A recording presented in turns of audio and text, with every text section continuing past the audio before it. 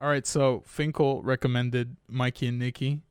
He is not here today, sadly, but we're still gonna talk about it. So, Indeed. um, Very true. start with So, Jacob.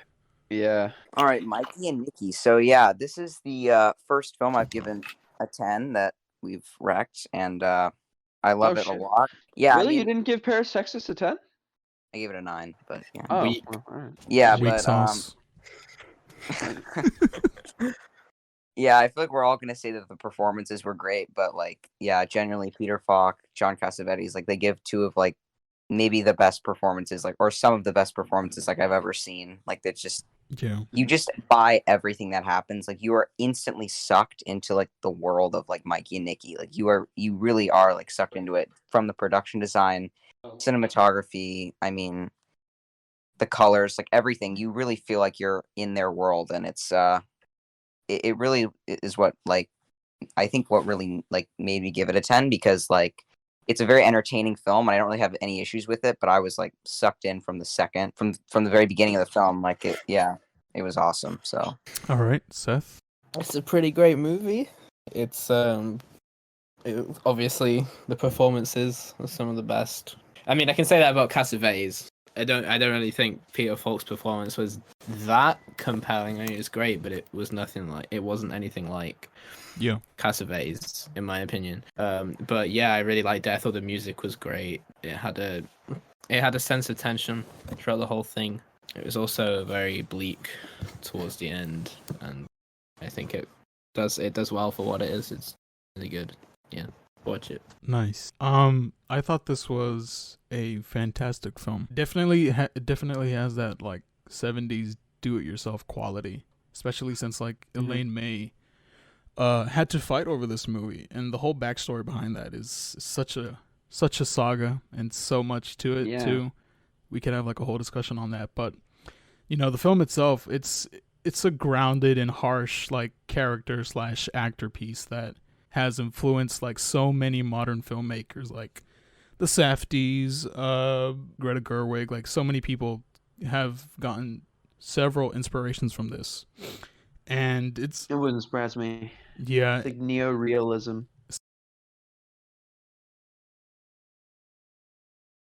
just pure emotion. Staging can like really tell a story and how that can propel anything. Like it doesn't really need to focus on like this grandiose plot where everything is twisting and turning. If it's just a character piece and like an actor piece, it can work superb. It could just be amazing. So yeah, I really loved it. I agree. It's pretty depressing too, but it's appropriate for Very what true. that time was. Kind of has to be. And it also has like that documentary feel to it, especially with the handheld stuff. Yeah, yeah. But exactly. Yeah. we'll get into love that that. later. But yeah, fantastic film. Bob. Awesome. It's it's a good movie. Let's go. Every time John Cassavetes comes on screen, I'm just like 618 The Return, bro. Nice. I got nothing to say to that. All right. Xander. Well, I wasn't really expecting that, to be quite honest, Mikey and Nicky. But I'm glad I wasn't expecting it because I think that the surprise actually really fueled a lot of this film for me. I think that the first 10 minutes are an excellent hook. I know that some people disagree. I know that a lot of people said that like the first half was not as good as the second half. I kind of disagree. I don't think that it's as easy as that. I think that they're both different in many ways. One of them is focusing on more the paranoia of the Cassavetes character, and the other half is focusing on sort of the the friendship between the two characters and eventually the inevitable falling out. I showed this movie to my dad and my brother, and they both came out saying Cassavetes was a fucking pig, and he deserved what he got. But at the same time, they said, but that's a testament to his acting. Like he Yep. really sold the character. He did such a great job. He's very opportunistic. He's very self-serving. He's all for himself. He doesn't give a shit about anybody else but himself. And I think that Cassavetes plays that role like a goddamn fiddle. I think it's perfect, and I think Falk is the perfect duo to that duel to that. Like Yeah. he's perfect as almost the opposite, because Falk is like I always call my wife, and he's like constantly trying to figure out ways to help his buddy, even though he knows that his buddy probably wouldn't even do the same thing if he were in his shoes. And my friend, and my dad said that that the movie's story was delivered kind of confusingly, because you didn't really know what it was about. Was it about these two guys' friendship, or was it about this one night? And I kind of said that it's about both, but it's about one more thing. I think it's about Peter Falk's character outgrowing Cassavetes' character. I think it's Agreed. about him like evolve, like letting him go, Yeah. because at the end, I mean, he has a perfect chance to let him into his house and help him out, but he doesn't. And I think that it ends perfectly with him getting gunned down on his porch. Like that was perfect. And I think the acting where he's like, "No, no, you wait, Mikey, let me in." Like that was really good, Yeah. Super. because it was kind of like he was like trying to delay death again. He was like, and apparently Elaine May shot like over a million, over like a million, I don't know, a million something. I like man, she shot a lot of footage for this film. Yeah, 1,400,000 feet of film, and to give you perspective, that's apparently nearly 3 times the amount of film that was shot for Gone with the Wind. That's a lot. So Jesus. that's like almost like 8 hours of footage, and yet somehow she cut it down to like a 2 hour film. Yeah, that's what I got to say. It's a fantastic movie. Nice. Vinny. Yeah. So yeah, I really liked this movie a lot. I thought it was I haven't seen any of Elaine May's directorial films, but I had seen a movie that she wrote, The Birdcage, which is a very different movie. Mhm. And this was a nice change of pace, especially in comparison to that. I think this movie was a lot cleaner than The Birdcage. I think this movie had a lot clearer goals, and The Birdcage has a lot of issues, and more in terms of just like a lot of it hasn't aged well. Like specific, it's kind of like a minstrel show, but for gay people, and like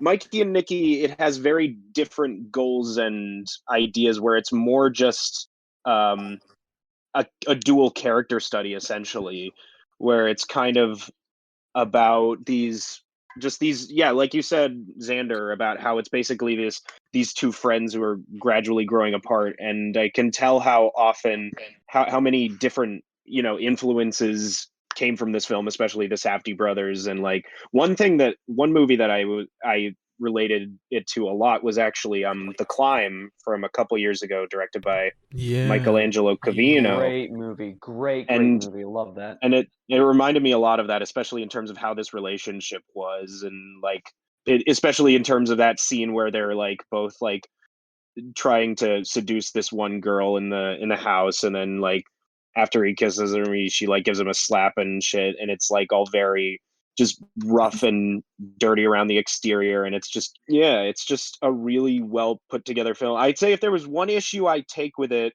I'd say the sound editing was really, really bad. Like Really? the sound design, like it Little was bit, yeah. mostly noticeable during like the bar scene where they were talking to those two guys in the bar. I just the audio, the levels were very noticeably off, and I was Yeah. expecting it to be better because it was like a Criterion remaster on HBO Max, but I have no idea. But it's just it's such a small issue. The writing is so good, and the character work is just fantastic. So it's really not that big of a deal for me. Yeah, I feel that. I actually didn't notice that. I watched it on my computer with headphones the first time I watched it on the Criterion channel, and then I got the Blu-ray and I watched it with my dad and my brother on my big TV with the good speaker. I mean, maybe it was just the device you were watching it on, but I mean, if you say it's there, then maybe then I'll be on the lookout for it next time. But I genuinely did not notice, and usually and as someone who did a lot of music stuff in school and a lot of like editing stuff for that kind of thing, Like I probably would have noticed it, but I mean at the same time it wouldn't surprise me if I missed it too. So it's like I'm pretty good at noticing sound design stuff, but at the same time, like if I missed it, I wouldn't be surprised. Yeah, It's I only watched, really noticeable during one scene. So I didn't. I was like, I don't think I noticed it in the sequence when they're in the bar, honestly. But I didn't pick up Yeah, on any I don't know. sound problems. But I picked up on a lot of visual editing I was gonna say problems. that. Like, Yeah. yeah, Continuity stuff. there's definitely problems with the editing. Like there are a lot of times where you can tell. Well, it feels like the dub's really kind of bad because Yeah. you can tell Cassavetes is saying something completely different sometimes when he's actually speaking in the movie. yeah, It did throw noticed me that off from- guard. I mean, usually it doesn't throw me off guard in movies, but it happens for quite a while. It's quite a lengthy. I can't remember exactly where it was, but it was quite lengthy where you could see him talking. Yeah. But he wasn't actually saying what we could hear. Uh-huh. I Yeah. guess since now we're Honestly, talking though- about issues, I guess that was one of mine too, where the only music used in the film was the instance where he's getting chased by the hitman and Falk in the car. When they show Cassavetes by himself in the streets or whatever, they play like this little like faint music cue, which is like very 70s, and like usually that stuff wouldn't bother me if it was like either more often used in the film, but in this one, like the music was never like even consistent. It was mostly just whenever Cassavetes showed up, the music played, and also the ending credits music just kind of like didn't really fit the tone and kind of just took me out of it. Especially with how heartbreaking that scene was at the end. Like, they just start playing this, like, groovy, upbeat 70s song. Other than that... yeah. I liked that, actually. I thought it was a nice juxtaposition. Yeah, it reminded me of the ending of American Werewolf in London. Like, I thought it had the same Which is energy. another movie I really want to see. I would love to watch that. I just wanted to say, with some of the issues you guys were talking about with like the sound editing and like the editing, like some of that stuff, like with like the dubbing and how like sometimes, you know how Seth, you were saying like Cassavetes was saying something, but it didn't actually like match up with his words. Like it didn't look like that's what he was saying. But some of that stuff, like just kind of, honestly, I actually thought it almost like helped enhance the sort of like 70s grungy experience of the film. And it almost like added to the like I kind of was like, it really felt very authentic, and like the film feels like a slice of life, honestly. Like it feels like the documentary style you were talking about, Aaron. Like it feels very much like that, and I loved it. You know, even with those small nitpicks, like it didn't bother me, basically. I think that these tiny nitpicks are just like they're things that the movie doesn't focus on. It doesn't have like it's not something where it's like so creatively edited or so beefed up in sound design. Like if the movie's not intentionally focusing on it, then I don't intentionally focus on it because that's clearly not what the movie is trying to do. But I would only focus on it if I were bored, which I really wasn't. I was incredibly invested the entire time. The characters were so rich and full of life. I was really in tune with their struggles, and the story too was incredibly captivating. I didn't feel the need to look somewhere else to keep myself in the movie. I had no problem connecting with what the movie was focusing on. So I think so usually when that happens so well, I don't notice those issues because they're just not what I'm focusing on. I don't need like it just doesn't register. I'm just kind of like, "Oh, that was in the film?" Yeah. Oh, okay. Like that's all. That's how I felt. So, I mean, on that topic of boredom, I was never bored, but there's one scene when they're in the house with the prostitute that I lost my focus completely. Because I feel like it was too far from the main like just focus of the movie, and I just kind of zoned out and I didn't care about what was happening. It was too long. I thought that scene lasted too long. Yeah, I get what you mean actually, because that scene does go quite a while. Yeah, I don't feel like her character was necessary at all to the plot. I mean, she's a good character, but it just kind of felt, I don't know, it kind of felt like another example of them just being bad people. I would agree with you to an extent, but for me, on a rewatch, that scene really became extremely pivotal in ways that is. it really marked the turn for like Peter Falk's character to just like turn on Mhm. Nikki. Yeah, for sure. That was the breaking It's point. it's such Exactly. an important scene. The power dynamics in that scene are just so impressive. Like it's not really about her, it's about them. It's Yeah. about them trying to Yeah. like up one another. I don't know if I'm reading too much into it when she's like asking Peter Falk's character, "Oh, how's your kid? How old is he?" and like, you know, what's he been up to? I'm like, he responds in a way where he's like not disappointed. Mostly he's like, "Oh, he's fine." Like he's all right. He's doing this. Like, I almost thought of it like he's talking about Nikki. He's talking about his own friend. For most of the movie, I mean, I'm not a doctor or anything, but I'm like, does Nikki have some sort of like mental disorder? Most of the time, he is an asshole. He's really acting like a kid. And he has like that childish mentality where like he can't really control himself. You know? I figured it was bipolar disease, given how quickly he flips on a dime. Like literally, Could have he's, been. like, Yeah. one scene he's like totally like easy to talk to. It's like the bar scene with all the like the club scene, Or in the Yeah. opening, like, like, he's literally in the opening scene. It's like The bus or the scene. opening scene. Yeah. Exactly. Like yeah, like there are moments where he's like calm and collective, and then all of a sudden he like wants to fucking strangle a dude on the bus. Like yeah. And I love that know, the film never it- clarifies on that. Like they just let it up to No. you to Yeah. figure it out. As it's just a thing about the character that we notice and kind of yeah. like, or just connect to. I wanted to say one more thing about that scene that Seth mentioned. Yeah. I do agree with him in that it does kind of go on a little too long. I think that if it were trimmed by a couple minutes, I think that scene would feel a bit more consistent. I think it kind of drags at first. When Cassavetes is getting all friendly with the prostitute and Falk was kind of looking on, I think like right around there, I think that was the part where that scene really clicked for me. Yeah. Because it was clear to me that it was about power dynamics. It was about being. Yeah. It was about, But you're right. There is a few minutes that could have been trimmed. I think. Like I think it just starts off a little slow. That's all. it does. Yeah. I guess I'm kind of used to it because that's mostly like Cassavetes' like forte. Like he likes to like drag out those scenes and like make it like extremely exhausting, so you can feel like extremely uncomfortable, just awful. Like when you watch that scene, it's incredibly suffocating, but in all the right ways. Where like you want the best for these people, it's like there's almost like no hope, and that's where you can sympathize with like Falk's character, where he gives up on Nikki ultimately. No, yeah. It almost like. You know how you're saying, Aaron, it feels like a Cassavetes film almost. Like it really feels like some scenes like in the film Faces, where they start off slow and like you think it's like a normal friendly conversation, and then it takes a very, very dark turn. And you really understand like what's going on. And I was actually gonna say earlier that it would not, like, I've seen scenes from Cassavetes films. I've seen like moments, and it wouldn't really surprise me if he took inspiration from this movie and applied it to some of his like later movies after it was released. It genuinely would not surprise me. Or if Elaine May took advice from him. I think Elaine May Yeah, did take advice, since he worked on a Woman Under the Influence before this came out. So didn't that Woman was like 1974? 74. Right? This was 76. So yeah, 76. I think like He was fresh off of it. Yeah. Elaine May definitely like worked with Cassavetes and like how the tone would be. Except one thing about this film that isn't widely known is that this movie was actually filmed in the early 70s, like I think 72.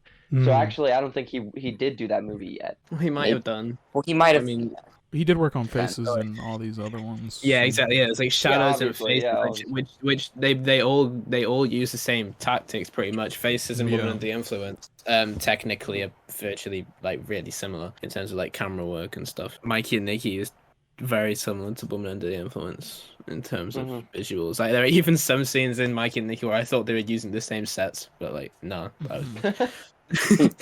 they just fucked up. But yeah, she wrote the hell out of this movie. You know, she just knows how to tackle like the toxic masculinity. She does, yeah. It's like very improvisational too. At least her types of movies are. This very feels like so well versed into like a relationship between two dudes. It's mostly two dudes just being dudes, but like they're terrible.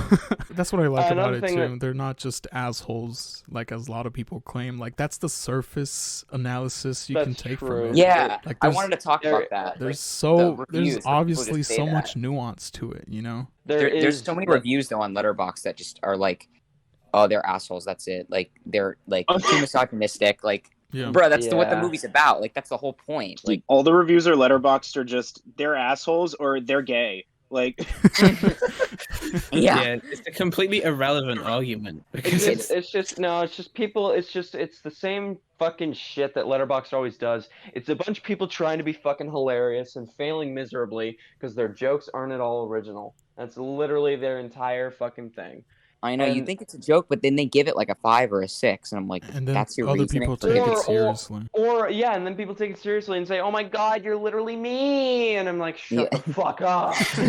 I'm not gonna act like my reviews are like fucking gospel or even very original, because I can guarantee you that, given how human beings work, no review is original. But you Yeah. know, come on, write an original joke. One thing that this movie really does well in terms of characters is that it kind of shows you them at their worst. You don't see them at their worst until later. And I thought that was a clever decision, because I think that if they did a thing where they kind of showed Cassavetes being a fucking asshole to Falk right up front, I mean, he kind of was, but not like to the degree that he was later. I definitely would have found it harder to connect to Nicky. And I didn't connect to Nicky, but I sympathized with him in some ways. Like, I didn't want him to die.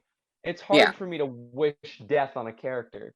And even though I kind of was like, yeah, I mean, you deserve the shit kicked out of you. Like, I was definitely that way, but like, I didn't want like a character to fucking die, because at the end of the day, they humanized him enough to where I can see where he's just a guy who's fucking terrified that he's gonna get fucking gunned down in the street. Anybody would do anything to get out of that. No matter what. Like, if you had to be an asshole to avoid that future, you would be an asshole without even a second thought. So there's no high ground like, oh, I wouldn't act like Nicky. Bull fucking shit. You do not know. You don't know. no, yeah, I don't think Like- he deserved to die.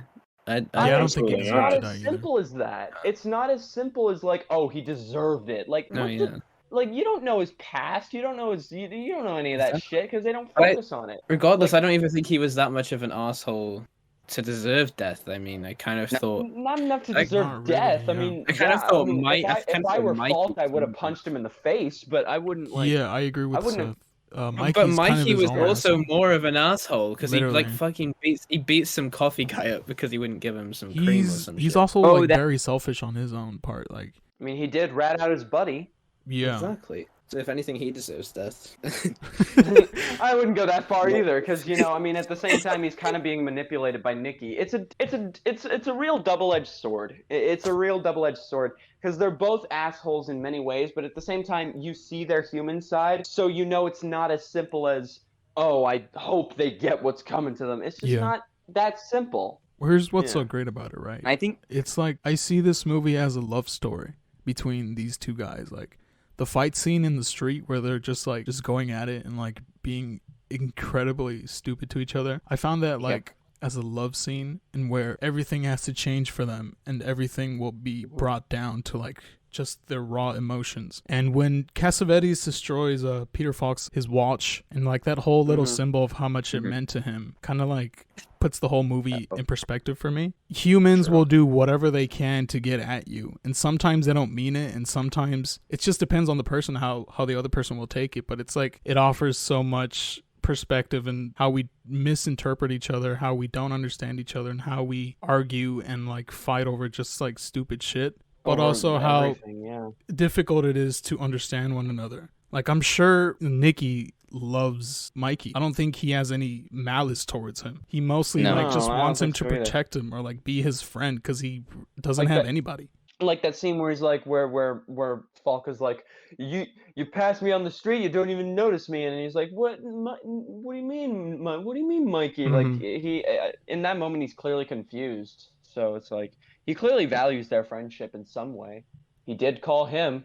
Yeah, it goes to show like nothing is like as simple as it is, and that's what makes his like death so tragic to me. It's mostly like he doesn't understand all this pain he's bringing to other people. I feel like that's part of what like Elaine May like wanted out of the film, was like to have those discussions about like Yeah. like even though Nicky is probably, you could say, a bit shittier than Mikey, like you still aren't really like, wouldn't exactly say Mikey's like a great person. It's not as simple as that, yeah. So she really does a great job, making everyone feel real and each of them having like their own personalities and weaknesses and strengths. It's just it's great writing, honestly. From the moment it starts, like you just assume this is a story that has already been going on. You know, it doesn't feel set up for like, oh, here's the beginning. It doesn't feel like the start of a movie. Exactly. It feels like we're just dropping into a story that is That's already been happening. Like you feel their relationship has been built up already. Turbulent. And toxic. And turbulent. Pretty and much. built up, yeah. That's why I wanted to talk about the opening scene a little bit, because like, you know, how Xander, you're saying like some people think the first half isn't as good as the second half, but like the opening scene, like, I don't know about you guys, but for me, it hooked me like instantly. It was like excellent. I loved it. It's so well done. When I first saw it, I was so invested so quickly. I was genuinely surprised. Like 10 minutes in, I'm like, wait, it's already been fucking 10 minutes? Like literally. And then 30 minutes later, I'm like, wait, hold on. I literally paused the film. I was like, hold on. There's no way it's been half an hour. Like, but it just hooked me so fast, and I was just in it the entire time. I wish I could relate to that. It felt quite long for me. I know what he means by that. Like, I also felt those pacing issues on my first watch, but once I really watched it again, like, it really flew by. Like, it's kind of like the perfect length for what it is, at least for me. I think so too. There isn't a single scene that I would cut. I mean, obviously there are a couple scenes that maybe I would trim, but like, I don't think there's a single scene that I would think about cutting. I think they're all important in any way. I think they're all important in their own way. There's maybe a few you could trim down, but like a specific the whole scene, like I would not cut any scenes, like you were saying, Xander. No, I wouldn't either. It wouldn't make sense. You need all of them in there. Like there is kind of a moment where I was like, man, the movie's almost over. Luckily, I was kind of like sad for a second. Luckily, we have husbands for that, so especially since like it's also like the criminal underworld stuff is like also very interesting. Like even though it's not focused on. I forgot to mention. You know, it's not set up a lot, but it's fascinating to see like these just 70s mobsters going around putting the hits on people and doing all this shady stuff. It's pretty cool. I forgot to mention that this movie is actually the two main characters are actually based on. Elaine May comes from a mob-connected family. Oh, so that makes sense. That makes a lot of sense. Apparently, these mobsters, these two guys, are literally based on these low-level mobsters that she knew at the time. Yeah. So there's like a level of personal stake in the story, or a level of personal stake in the film. Yeah. Like it's clear that she connected a lot to not only what she was making, but like what she was basing it off of. It explains the authenticity really well. There's a lot of reality in it. She's clearly like thinking back on her past while making it. Especially since and it's not glorified. That's very special. No, she doesn't like. She's not saying like these guys are like unsung heroes. No, they're fucking assholes who are manipulating a bunch of people to get what they want. But at the same time, anyone would do that. Again, I'm not gonna act like I wouldn't do that because I don't know. If I had someone chasing after me and like to kill me and the guy in front of me, like I would have to like manipulate him into buying a bus ticket for me, then fuck it. I'm going to start manipulating him into buying a bus ticket. I don't want to die. Like, come on. Don't act like you're better than these characters because it's not as simple as that. I really hate it when people like, I've had a couple of people bring up that argument to me like, well, I mean, I just wouldn't be like that. I would just, and I'm like, shut the fuck up. You do not know. Like, you don't know. Yeah. I'm built different. Yeah, fuck you and your built differentness. You don't know. Like, it's just extreme realism. Like, even if the hitman is like the most like robotic and like he doesn't have like any emotion, he's still very menacing. Like I can just feel him like he would just do whatever he's told. It's very convincing. Even though he doesn't do much with his performance. He doesn't do much, but he knocks it out of the park, at least for me, you know. He's a man who has no moral issues with gunning down people. Like he has no problem with just being like, fuck it, I'll kill him. The Criterion Blu-ray contains a big spoiler. Did you guys know that? Like on the cover. Wait, really? If you open up the Blu-ray and take out the booklet, it's the hitman on the phone with Mikey. Oh, so that's kind of dumb. That's like, some Criterion covers do spoil it. Some movies. I guess Criterion expects you to have watched the movie beforehand. Which I guess they don't even support blind buys. That makes no sense. Is it much of a spoiler though? Because it's kind of uncovered like less than 20 minutes into the movie. Oh yeah, you went pretty quick. I mean, true. I mean, I was just pointing out. Yeah. It is kind of a spoiler, yeah, in a way, but it's not like it's nothing crucial. I mean, I kind of gathered it, to be honest, but like, Same. I mean, You- it's not you- like how Dawn of the Dead had like fucking the zombie character. What's his yeah, name? what the fuck? You know what I Yeah, mean? Steve. Like they Oh, literally yeah, spoil isn't- one of the characters. Aren't they like all on the fucking box sets? Yeah. Like all of the Yeah. characters are turned into They literally zombies. spoil it. Yeah. What the fuck? And it's the same with Dust Till Dawn with like Harvey Keitel with the like the cross. I don't know if you Oh, guys shit, seen for that real? movie. Yeah, that's on the box. So it's like, Wow. what the fuck, dude? What's I the was shocked point? about the Hitman showing up. I was shocked because he fucking popped up and I was like, holy fucking shit, it's Lotso from fucking Toy Story 3. What the fuck? Oh, I forgot that that's the same guy. Yeah, fucking Ned Beatty, the late great Ned Beatty. He passed away like a month holy ago. shit. Yeah, no, he was very recent. Holy fuck. He went Wow. from trying to kill Cassavetes to trying to kill Woody. Trying to kill toys. Yeah, then trying to kill Woody. Does he try to Uh, kill Woody? I'm trying to remember. I haven't seen that movie in forever. He kind of no, he right? does He- because he it's a basically garbage scene, loboto- and I'm sad that I Yeah. remember that. He basically 'Cause lobotomizes it's not a great Buzz. movie. Well, yeah, Toy Story 3 literally, you would, if you were thinking about like the logic behind the universe, they would have had to have seen Woody like Andy jacking off at some point. Fucking Like, hell. it Mikey makes and Nicky. sense. It Oh, wouldn't make sense if they didn't. He's 17. Like, how the fuck is he not jacking off? No, What'd you guys think sorry. of Toy Emmett Story Walsh's 3. cameo in Mikey and Nicky? He was the bus who driver. was that again? Yeah, Emmett that Walsh? was funny. Oh, yeah. I watched yeah. Blood Simple recently. Yeah. So Oh, seeing yeah. He was super I was entertaining, like- man. I was like, this is awesome. I was the I love fucking Blood security Simple, guard so from I was Knives like- Out, Yeah. right? Yeah. I yeah. loved him in Knives Out. He was in it for like 5 seconds. Yeah. Yep. I was like, entertaining. oh, Probably the he's. bet I he- forgot he was in. I was like, oh, he's the bus driver. That's cool. Yeah. Yeah. Clearly one of his earliest roles, because I Yeah. mean, like, you don't really Yeah. see him in much aside from stuff like post 1990. Yeah. Mhm. Yeah. His voice is immediately recognizable, though. Definitely. Oh yeah, that too. Yeah. From I mean, fucking he's Iron constantly doing a Giant. bunch of voice acting. Yeah, yeah, Iron Giant. That was what I was thinking. I was trying to remember what animated film he did. I have one more thing that I just wanted to let you guys know. I didn't know if you. Yep. One more thing about Mikey and Nicky. I don't know if you guys knew this, but apparently like Elaine May, she like set the record for like the most like actual film used. Like apparently it's like it accumulated 1 million feet of like film was Yeah, used I in said production. that earlier. Oh, you Did said they oh, I- mention that? Yeah. Release did. the Elaine I- May cut. No, I didn't know it broke records. That's pretty cool. It did. It was That the sounds most crazy. amount of film used, I think. I Yeah, figured that like I Yeah. bet that was broken by Apocalypse Now. Yeah, maybe. Yeah. I Oh, think it yeah, said it that's on a that article I was massive reading. It said that Damien Chazelle's First Man was the only next film to beat it for some. I don't know. Really? Ran- First Yeah, it's kind of a Man? random What? movie, but yeah, Yeah, that's a very random movie to think of. That like does that not much make film? sense. I know. I it's mean, weird. The final like 30 minutes is like it's literally just all just recreation of the moon landing. So I'm sure they probably just Yeah. made a whole like real time recreation of it. Probably. I bet. Yeah, Let's do scores, shall we? awesome. Yeah. Oh yeah. Jacob. I'm gonna give it a 10, and after rewatch, it's going to my top 20. Yeah, so I love it. Fuck yeah. Chad. All right. Seth. Yeah, Seth. Me. I mean, I had a great time with it. It's a great movie, undoubtedly. Despite its flaws, it's pretty masterful. I'll give it a decent 8. All right. Nice. What'd you think, Ronnie? It's amazing. I loved it. The only thing holding me back from giving it like a 10, I guess, would be those small moments where the music did take me out a bit. You know, with the Cassavetes running in the streets scene or whatever, because you didn't really need it.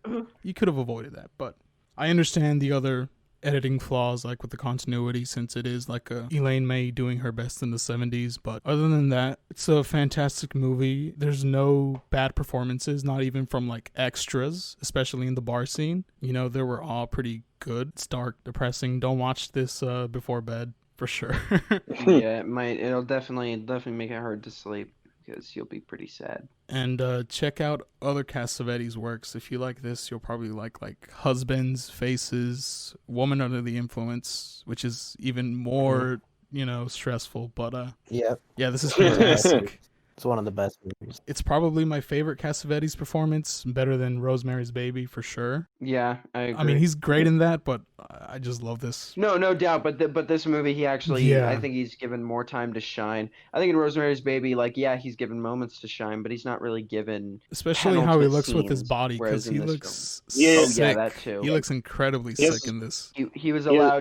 allowed to really express himself. There's a lot more to his character in this movie than there is in Rosemary's Baby. Yeah, Mm. agreed. Yeah. I love Peter Falk in this as well, but I kind of do prefer him in Woman Under the Influence just a little bit more. But yeah. Something I didn't even notice. I'm watching The Princess Bride with my girlfriend today. I forgot that Peter Falk plays the grandfather. Oh, I forgot he was That would in be kind that. of funny. That would be kind of funny when I put on the film and we're watching it. I'm like, oh, hey, it's Mikey. He's not yelling asshole. Yeah.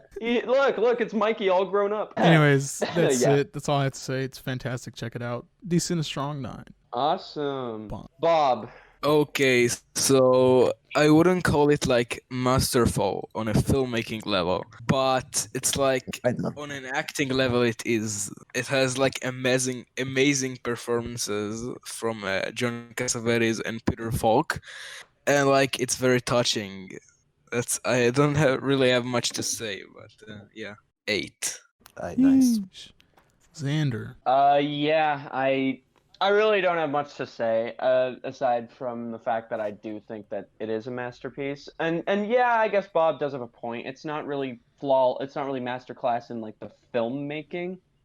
There are some like janky shots here and there, but honestly, that just adds to the realism to me. Exactly. That just makes the tone and atmosphere more clear to me. Because if everything felt cleanly filmed or cleanly made, I probably wouldn't like it as much, because it just wouldn't Exactly. feel in place. I think that the documentary style, like shooting or the handheld camera, like it yeah, the just works handheld so well. camera work, the way that like you can really smell the rain-soaked asphalt of the street, like that smell is so distinct that whenever I see it done well in a film, I can smell it, and it's like Mhm. so it invests me in the film even more, because I'm so in tune with the universe, Yeah. much more in the universe of the film. And yeah, I agree. I think it's Cassavetes' best performance. I think it's Falk's best performance. It's really just a testament to how these actors not only are fantastic actors, but how great they were together. They were clearly Yeah. buddies in real life, and they really knew how to play to each other's strengths and really knew how to work off each other. I think that's incredibly special. And also hard to achieve. Like, you really have to be in tune with with the person you're acting alongside with to seamlessly feel as if it's so natural. And clearly these guys were able to do that, and that's just a testament to their talent. I'm kind of sad that Elaine May hasn't really made many other films. She made Mikey and Nicky, and then she made 2 other films that are kind of known as being good films. And then she made Ishtar, which apparently isn't very good. Oh. Yeah, so and then she hasn't made a film since, I don't think, or she did. Yeah, no, she hasn't made a. Oh, well, she made a documentary, I guess, but she hasn't made a feature. She hasn't made like a narrative film since. After Ishtar, she kind of disappeared, so that kind of sucks. Apparently, she might have something in the works called Crackpot with Dakota Johnson, but we'll see how far that goes. And yeah, I think it's a great film in every sense of the word. I've seen it twice. I can easily see it for a 3rd time. I own the Criterion Blu-ray. It's just an amazing film, and I'm giving this one a 10 out of 10. Is this my Nice. first 10? Oh no, Son of Saul. Fuck. Yeah, my second 10 out of 10. Nice. Son of Saul's a 9, bro. No, I'm kidding. Nice. Vinny. Yeah. Great movie.